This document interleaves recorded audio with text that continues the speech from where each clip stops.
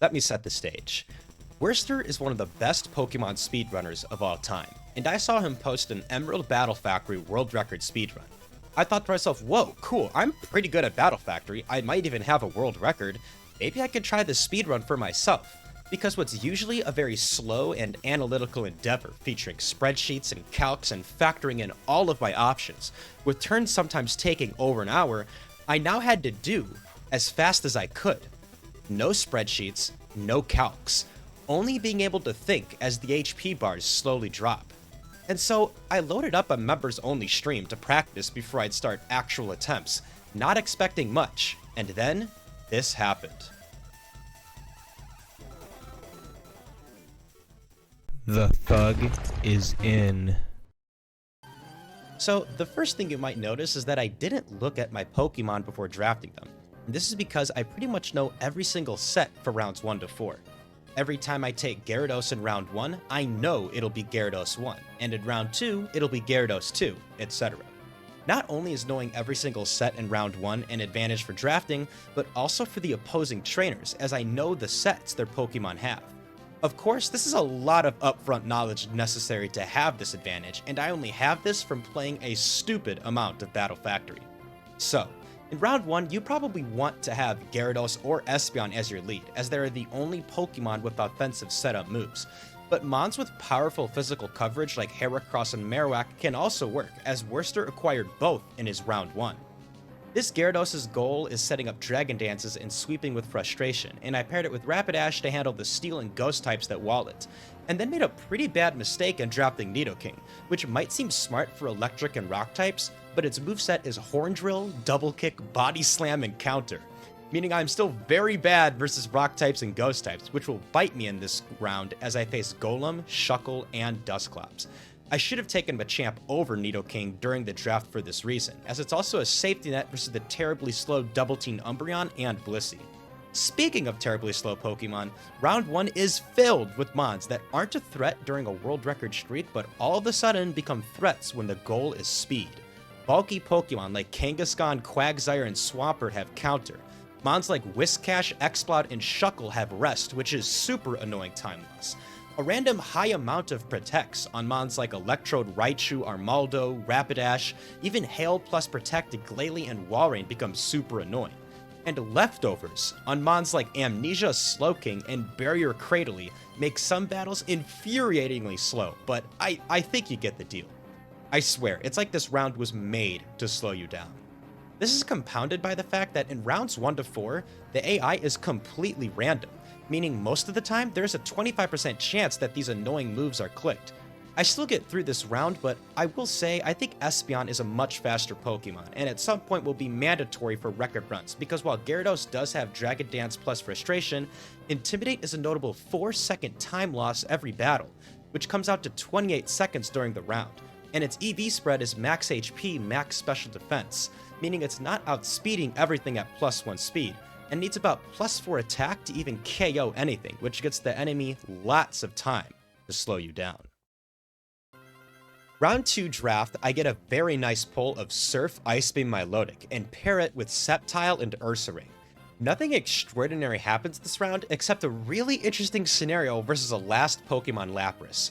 Lapras in round 2 is, as we know, always Lapras 2, which is colloquially known as NASCAR Lapras. NASCAR Lapras is Surf, Ice Beam, Body Slam, Roar with max speed, max special attack, and a timid nature with Quick Claw. Here we get to highlight a super cool difference between speedrunning this facility and playing it for a world record streak. In this situation, if I was playing this optimally without the time factor, I would just let my Milotic slowly die and chip this Lapras, as I lack recover, and then I'd revenge with Ursaring and Sceptile. I don't want to switch to my main damage dealer in Sceptile, as again, Lapras has a 25% chance to click Ice Beam. However, now speed is a factor, so I can't just sit there with my Milotic for multiple turns. So, what's the optimal play factoring in all of Lapras' moves? Not being able to pause during the speedrun, I make a misplay. I swap to Sceptile, thinking there's only a 25% chance they click Ice Beam. Well, they click it, and I die. And while Ursaring does live 2 hits, it's still scary, as Ice Beam could freeze, and I could get crit by Surf or Ice Beam. The best play here was to mid-ground into Ursaring and plan to click double edge to do big damage and try to sacrifice myself with recoil, so Sceptile gets a free switch in and could revenge with the Leaf Blade. Super cool stuff that shows the skill of knowing the sets and coming up with game plans on the fly, instead of taking 30 minutes per turn, which I definitely don't do. Anyway, the rest of round 2 was pretty straightforward, and we are on to round 3. Round 3 was pretty clean. I drafted Aerodactyl, Metagross, Hariyama, and swapped for Starmie right when I saw it. Even though swapping is a 10-second time loss, the time gained by having one of the best Pokemon in the Battle Frontier, Starmie 3, is well worth it, and I sweep the entire round. Similar thing happens in round 4, where I'm gifted with 2 fast Pokemon with great coverage in Gardevoir and Aerodactyl. However, I yet again make what I consider to be a drafting mistake, hastily bringing Arcanine 4 in the back, which, while it is a great Pokemon, my team is absurdly weak to Blissey 4, who can counter Aerodactyl and end the run, along with Umbreon 4, who without a strong hit can set up too many double teams. Yet again, I should have taken Machamp in this draft, but I clear the round and we get to the most interesting part of this run, rounds 5 and 6, at 5 minutes ahead of world record. Rounds 5 and 6 are so interesting because now I have to check my draft Pokemon, as they can be 4 to 8 different sets, along with different stat spreads and items. And the same is true for the trainers Pokemon. On top of this, we know that trainers now have smart AI, meaning I have to consider their most likely move on the fly, instead of relying on 25% chance for every move to be chosen. I also have to speedily take into consideration what the scientist says, as he gives clues on what kinds of Pokemon and moves the trainers will have before the battle. Again, reminder, this is all done during the speedrun, under time pressure, which is such a cool and unique skill set. Here, I get a really nice draft, as Espeon and Zapdos are very good Pokemon. Leading Espeon here has a lot of merit, but I liked the idea of having a mixed attacker on lead and then Espeon to clean things up, even if the Zapdos set, Zapdos 4, has no speed investment. Now, let's look at an interesting time optimization I could have made. On match 3, I kill a Heracross and a Registeel, and find myself badly poisoned and at low health versus a Rhydon in the back.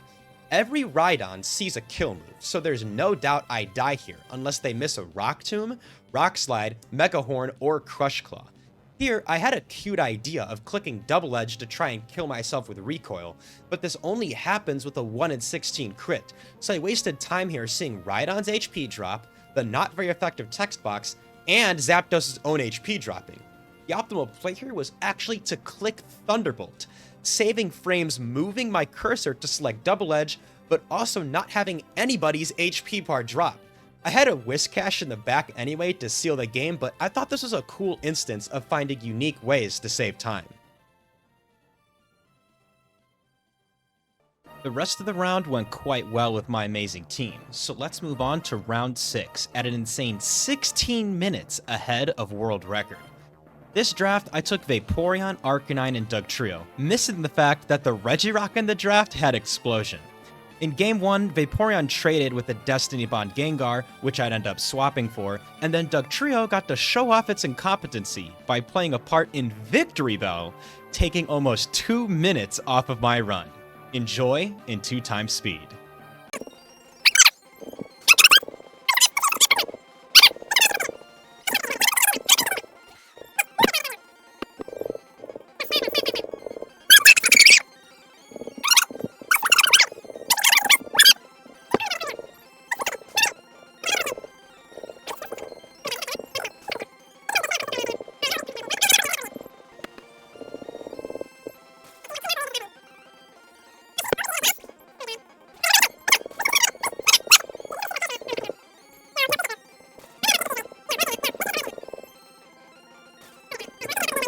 Thankfully, we make it out alive and move on to the second to last battle of the run, where under time pressure, I must dance around a Regice.